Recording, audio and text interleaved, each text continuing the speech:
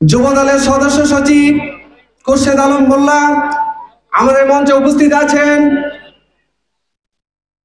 BNP সাংগঠনিক সম্পাদক আজহারুল ইসলাম লাবলু আমাদের মাঝে উপস্থিত আছেন।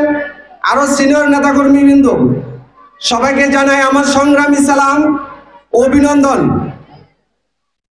আমি একটি কথা বলতে চাই, ৩১ দফাকে বাস্তবায়ন করতে হলে জনাব তারেক রহমানের নির্দেশে শুধু সমাবেশ করলেই হবে না, প্রতিটি ইউনিয়নে যেতে হবে, প্রতিটি মহল্লায় যেতে হবে, প্রতিটি ওয়ার্ড পর্যায়ে জনাব তারেক রহমানের ৩১ দফা বাস্তবায়নের লক্ষ্যে জনাব তারেক রহমানের হাতকে শক্তিশালী করতে হলে আমাদের মাটি মানুষের নেতা জনাব নজরুল ইসলাম আজাদ সাহেবের নির্দেশনা মেনে চলতে হবে।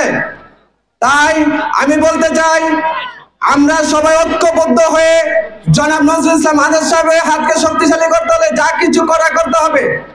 এই বলে আমার সংক্ষিপ্ত বক্তৃতা শেষ করলাম। আবারও আমার সংগ্রামী সালাম জানিয়ে আমার প্রিয় নেতা নজরুল ইসলাম আজাদ সাহেবকে আমার সংগ্রামী সালাম ও ধন্যবাদ জানিয়ে আমার সংক্ষিপ্ত